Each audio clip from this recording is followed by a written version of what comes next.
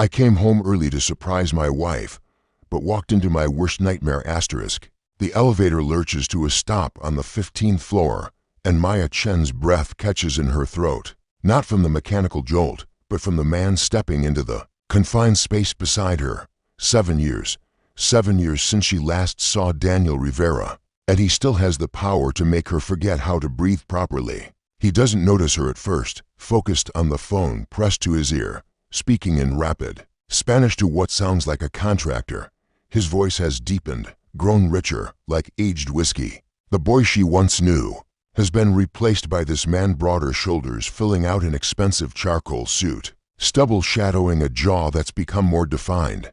But his hands, those hands she remembers, long fingers, calloused from the guitar he used to play for her in college, now they're manicured, professional. But she can still see the faint scar across his knuckles from that night. They climb the campus bell tower. The elevator hums upward. Maya presses herself against the far corner, hoping her blazer and pulled back hair might render her invisible. She's not the same person either.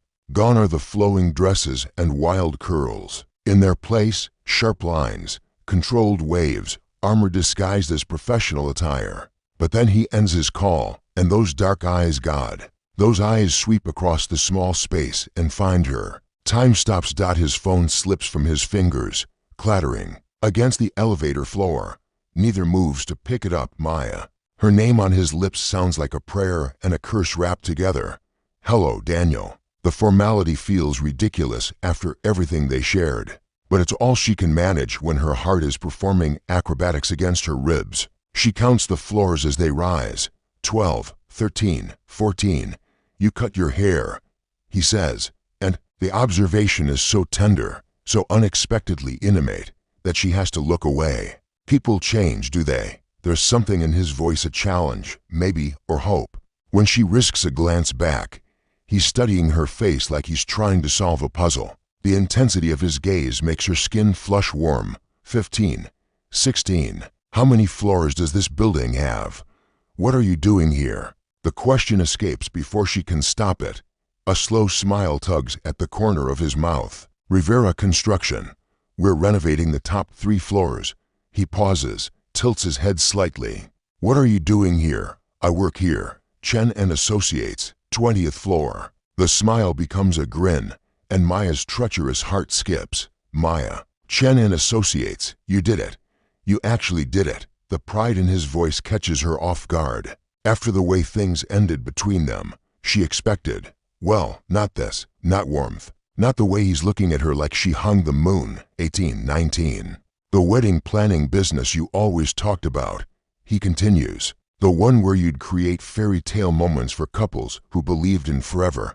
The irony isn't lost on her. She plans other people's happy endings while her own love story crashed and burned 7 years ago. In a hospital room, with him walking away when she needed him most. 20. The elevator dings, doors sliding open to reveal the sleek logo of her firm, her sanctuary, her escape.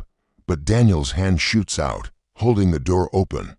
Maya, wait. She turns, and the space between them suddenly feels charged, electric. He steps closer, close enough that she can smell his cologne, different from the cheap aftershave he used to wear, but underneath it, that familiar scent that's purely him. I know I don't have the right to ask, he says, voice dropping lower, more intimate, but could we get coffee? There are things I never got to say. Maya's carefully constructed world tilts on its axis.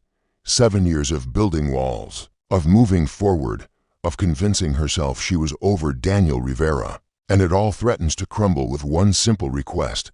I don't think that's a good idea. I know. His eyes search hers, but I'm asking anyway. The elevator starts to chime insistently, protesting the held door. In the distance, she hears her assistant calling her name. There's a consultation in 10 minutes. A bride who needs her full attention, but all Maya can focus on is the man in front of her. The one who taught her what love felt like before he taught her what heartbreak was. Daniel, 1 coffee, Maya. That's all I'm asking. The sincerity in his voice, the vulnerability she glimpses beneath his confident exterior, it's her undoing. The cafe on 5th Street. 7 tonight. His smile could power the entire building. 7 tonight, he repeats, finally releasing the door. As the elevator closes between them, Maya catches her reflection in the polished steel. Her carefully controlled facade has cracked, revealing the woman underneath, the one who still remembers what it felt like to be completely, desperately, dangerously in love. Maya changes her outfit 3 times. The first choice, her favorite navy dress, feels too formal, like she's trying too hard.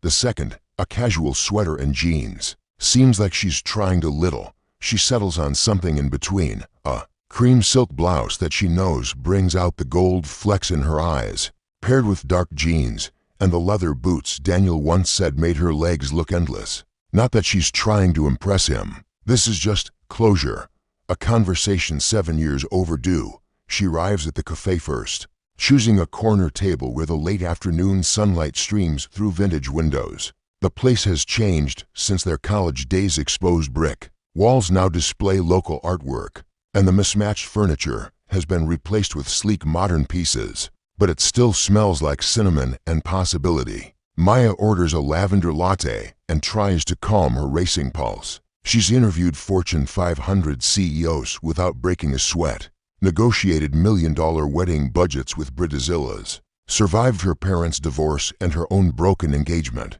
She can handle one conversation with her ex-boyfriend. But then, Daniel walks in, and her carefully constructed confidence evaporates. He's changed from his suit into dark jeans and a burgundy Henley that clings to his chest and weighs. That should be illegal. His hair, still damp from what she assumes was a post-work shower, curls slightly at the nape of his neck when his eyes find hers across the crowded cafe. That familiar flutter starts low in her belly. He approaches slowly, like she might bolt if he moves too fast. "Smart man, you remembered my favorite place," she says as he settles into the chair across from her. "I remember everything about you, Maya." The simple statement hangs between them, loaded with history and hurt and something that feels dangerously like hope. Maya wraps her fingers around her mug, needing something to anchor her. Daniel orders black coffee. Some things never change, and they sit in silence for a moment, the weight of 7 years pressing down like a physical thing. "You look," he starts, then stops, shakes his head. "God, you're even more beautiful than I remembered." "Don't." The word comes out sharper than she intends. "Don't do that." "Do what?" "Charm me, flatter me, whatever this is." She gestures between them. "We both know how this story ends, Daniel.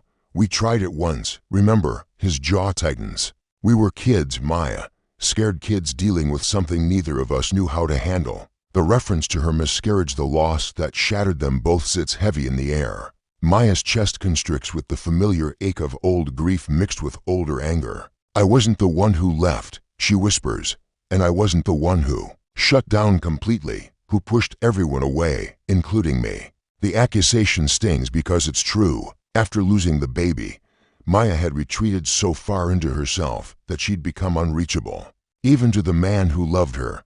But that didn't excuse. "You walked away." Her voice is steady now. "Controlled. When I needed you most, you gave up on us." Daniel leans forward, and she catches that scent again, cedar and something darker, more complex. "I didn't give up. I was drowning, Maya. We both were. I thought maybe if I stepped away, gave you space to grieve, you'd come back to me when you were ready. I waited." The confession slips out before she can stop it. "I waited for you to fight for us, to show up at my door and refuse to let me push you away." Something raw and painful flickers across his features. "I was 22 and scared out of my mind. I'd just lost our baby too, but everyone kept asking how you were doing. No one asked how I was handling it." His voice cracks slightly. "I made the wrong choice. I know that now." Maya's carefully constructed walls begin to crumble. She can see the boy he was, then lost, grieving, making impossible decisions with an underdeveloped emotional toolkit. But she can also see the man he's become, weathered by years and experience, sitting across from her with regret written in every line of his face. "Why now?" she asks. "Why show up in my elevator after all this time?" "Because I never stopped thinking about you." The admission is quiet, vulnerable. "Because every woman I've dated for the past 7 years has been measured against a memory of you." Because I built my company thinking maybe someday I'd be worthy of you again." The confession steals her breath. Round them, the cafe continues. It's late afternoon, rhythm students typing on laptops, couples sharing dessert, the espresso machine hissing steam, but their corner table feels separate from the world, wrapped in a bubble of shared history and dangerous possibility. Daniel, she doesn't know what she's going to say, but he reaches across the table, his fingers brushing hers where they rest beside her mug. The contact is electric, sending sparks up her arm and straight to her heart. She should pull away, should remember all the reasons this is a terrible idea. Instead, she lets him trace the back of her hand with his thumb, the gentle touch awakening nerve endings she thought had gone dormant. "Have dinner with me tomorrow," he says. "Let me show you who I've become." Maya's hands shake as she applies lipstick in her bathroom mirror. 24 hours of internal debate led her here, standing in her bedroom, wearing the black dress that makes her feel powerful and beautiful, preparing to have dinner with the only man who ever truly broke her heart and possibly fix it. Daniel chose Marcello's, an intimate Italian restaurant tucked away in the Arts District. When Maya arrives, he's already there, standing near the hostess station in a navy sport coat that emphasizes the breadth of his shoulders. The years have been kind to him. There are lines around his eyes now, a maturity in how he carries himself that makes her pulse quicken. Their table is tucked in an alcove, candlelit and private. Daniel pulls out her chair, his hand briefly touching her lower back as she sits. The contact burns through the thin fabric of her dress. "Wine?" he asks, but his eyes never leave her face. "Red." Something bold. His smile suggests he remembers she was never one for safe choices. They order osso buco for him, risotto for her, and fall into surprisingly easy conversation.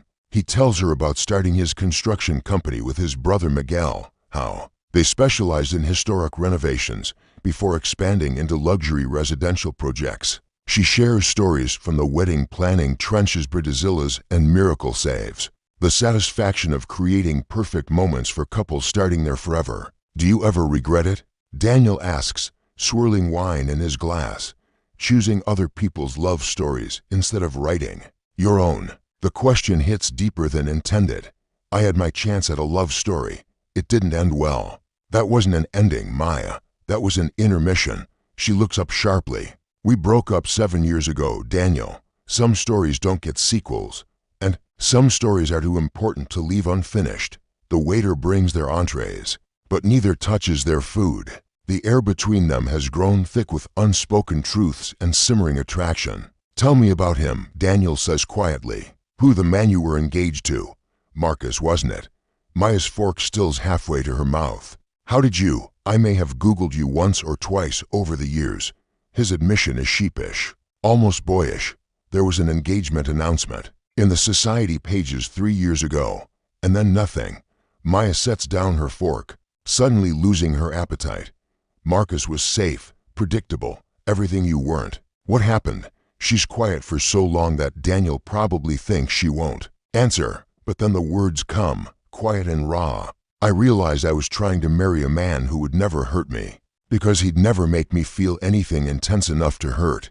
It wasn't fair to either of us." Daniel reaches across the table, covering her hand with his.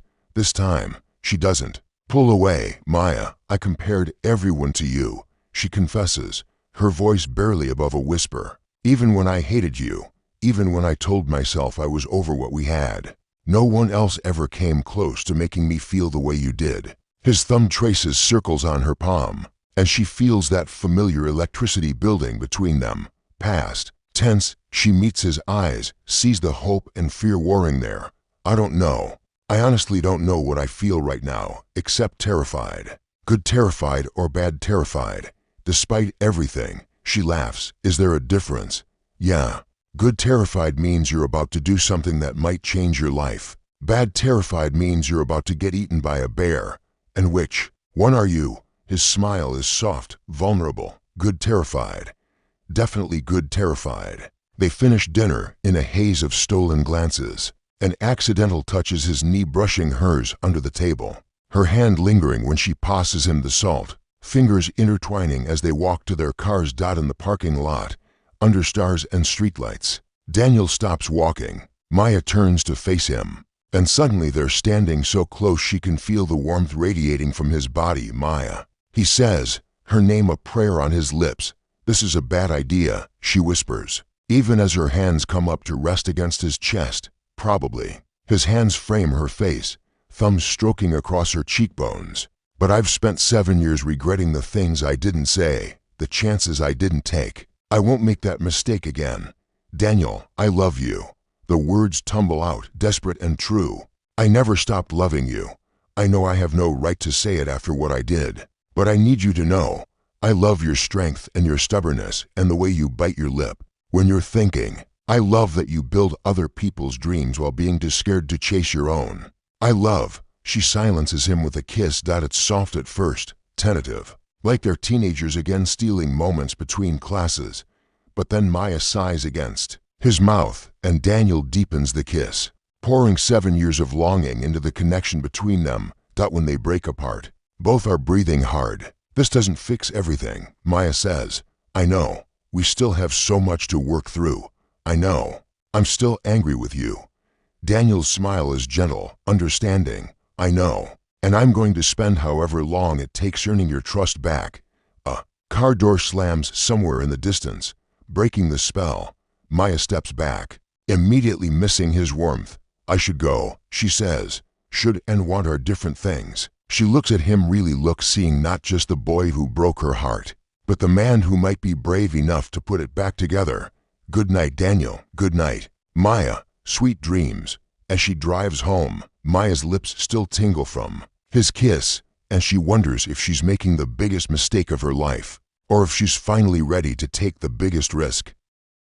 Daniel's loft is nothing like Maya expected. She'd imagined bachelor minimalism, black leather and chrome, maybe a giant TV dominating the space. Instead, she finds warmth, exposed brick walls, hardwood floors scattered with rich rugs, built-in bookshelves filled with architecture texts and novels in both English and Spanish. Original artwork, some of it her college roommate's pieces. She realizes with surprise adorns the walls, but what stops her breath is the guitar in the corner. Not just any guitar, their guitar, the battered acoustic he used to play for her on lazy Sunday mornings, the one she thought he'd have thrown away years ago. You kept it, she whispers, moving toward the instrument.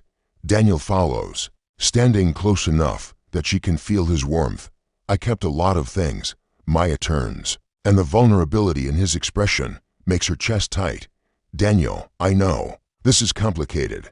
I know we have history, baggage, reasons to be careful. His hands come up to frame her face, thumbs stroking across her cheekbones. But I also know I've loved you for 7 years, even when I was trying not to, even when I convinced myself I'd moved on. Show me, she breathes. He kisses her then, soft and reverent, like she's something precious he's afraid of breaking.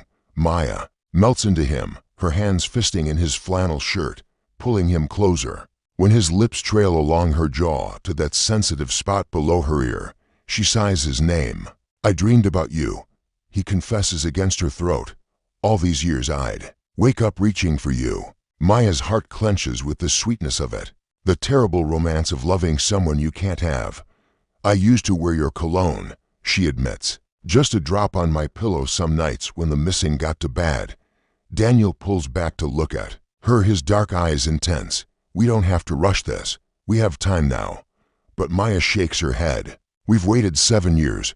I don't want to wait anymore. She takes his hand, leading him toward what she assumes is his bedroom. The space is an extension of the main loft, warm wood, soft lighting, a king-sized bed with white linens that looks impossibly inviting. Daniel stops at the threshold. Maya, I need you to know whatever happens tonight, however far we go or don't go, I'm all in. This isn't just about attraction for me. This is about coming home. The words break her heart and heal it simultaneously. I know. I feel it too. What happens next unfolds with breathtaking tenderness. Daniel worships her with touches and whispers, relearning the geography of her body while she explores the ways he's changed. Broader shoulders, new scars that tell stories of the years they spent apart, skin that tastes like salt and promises. They move together with the desperate urgency of lovers too long separated, but also with the careful reverence of people who understand how precious and fragile love can be. When Maya arches beneath him, his name a prayer on her lips, Daniel captures the sound with kisses, as if he can't bear to let any part of her escape. Later, wrapped in sheets and moonlight, Maya traces lazy patterns on Daniel's chest while he plays with her hair. I'm scared, she admits quietly. Of what? Of how right this feels. Of wanting something this much again. She lifts her head to look at him. What if we mess it up again? Daniel's smile is gentle, understanding. Then we'll fix it. We're not the same people we were 7 years ago, Maya. We've both learned how to fight for what matters. And what matters, that's us. The family we might build together someday, when we're ready. The word family sends a flutter through Maya's chest, part excitement, part terror. Daniel, I'm not saying tomorrow. I'm not even saying next year. But someday when we've rebuilt what we had and made it stronger. I want everything with you. Marriage, babies, growing old together. I want the whole messy, beautiful, complicated story. Maya feels tears prick her eyes. What if we can't have children? Then we'll love each other. If we can, we'll love them too. But you're enough, Maya. You've always been enough. She kisses him then, pouring all her hope and fear and desperate love into the connection between them. When they break apart, Daniel is smiling. So what now, Maya asks. Now we take it one day at a time. We go slow, we communicate, we don't run when things get hard. He pauses, stroking her cheek. And I court you properly this time. Flowers, dinner dates, meeting your parents again, the whole traditional romance. Maya laughs. My parents still ask about you, you know. Mom never forgave me for letting you get away. Smart woman, your mother. Don't let it go to your head. Daniel's grin is pure mischief. Too late. As dawn begins to lighten the windows, Maya curls closer to Daniel's warmth, listening to his heartbeat beneath her cheek. For the first time in 7 years, the future feels full of possibility instead of just carefully managed expectations. Daniel, I love you too. I'm terrified and probably making a huge mistake, but I love you. His arms tighten around her. Best mistake you'll ever make. Maya smiles against his chest, finally allowing herself to believe in happy endings again. 3 weeks of careful courtship follow that first kiss. Daniel doesn't push, doesn't demand more than Maya is ready to give. Instead, he shows up with coffee on Tuesday mornings, when she's drowning in wedding chaos, with takeout on Thursday, nights when she works late, with patience that astounds her. He's rebuilding their foundation one small gesture at a time, and Maya finds herself falling all over again. Tonight, she's in her office after hours, putting the finishing touches on a timeline for the Anderson wedding, when a knock echoes through the empty suite. Through the frosted glass, she sees Daniel's familiar silhouette. Don't you ever go home?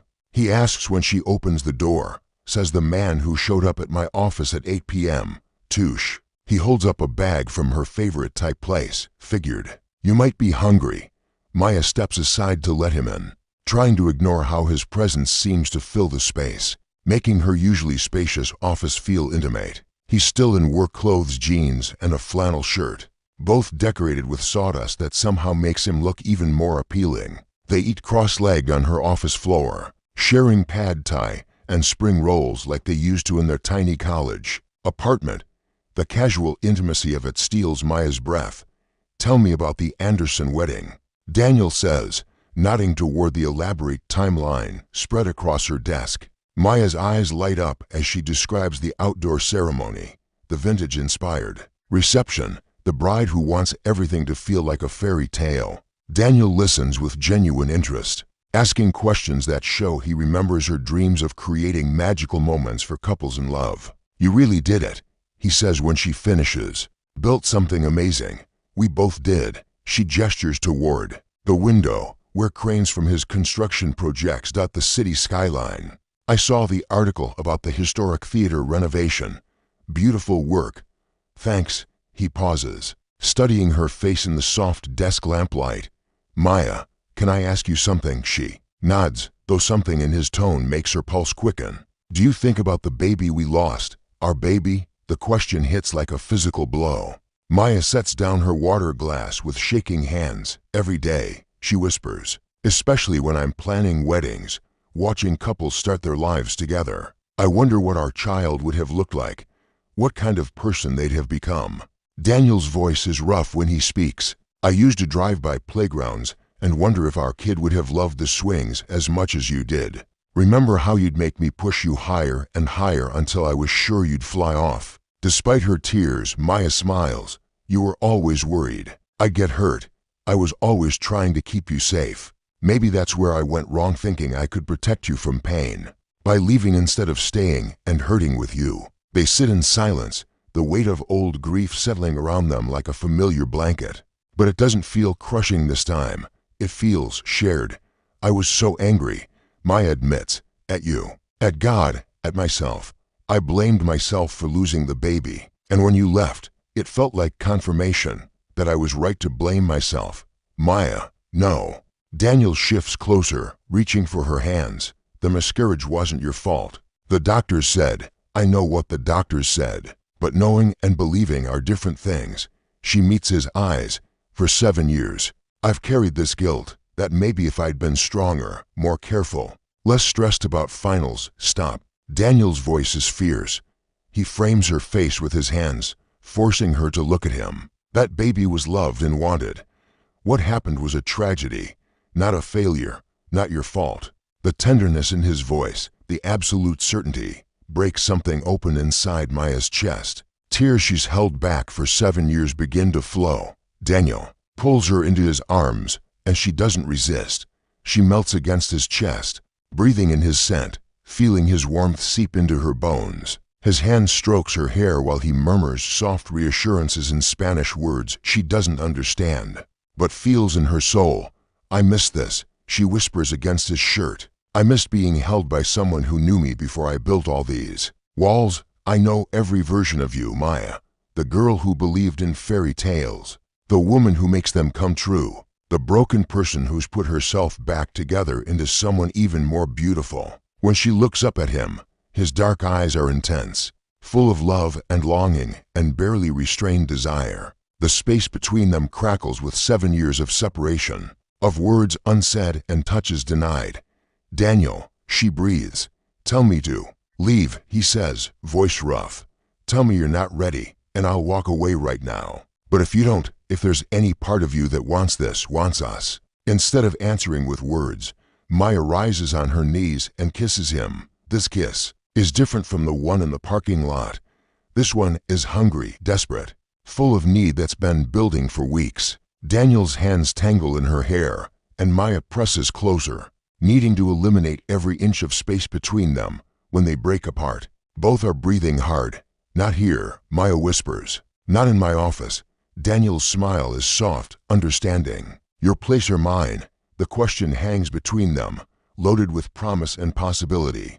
Maya thinks of her carefully controlled apartment, her pristine bedroom that hasn't seen passion in years. Yours, she says. I want to see where you live. Now, Daniel helps her gather her things, his hand never leaving her back as they turn off lights and lock doors. In the elevator, he stands behind her, his warmth at her back, his reflection watching her in the polished steel doors. You sure about this? He asks quietly. Maya turns in his arms, seeing her own desire reflected in his dark eyes. I've never been more sure of anything in my life.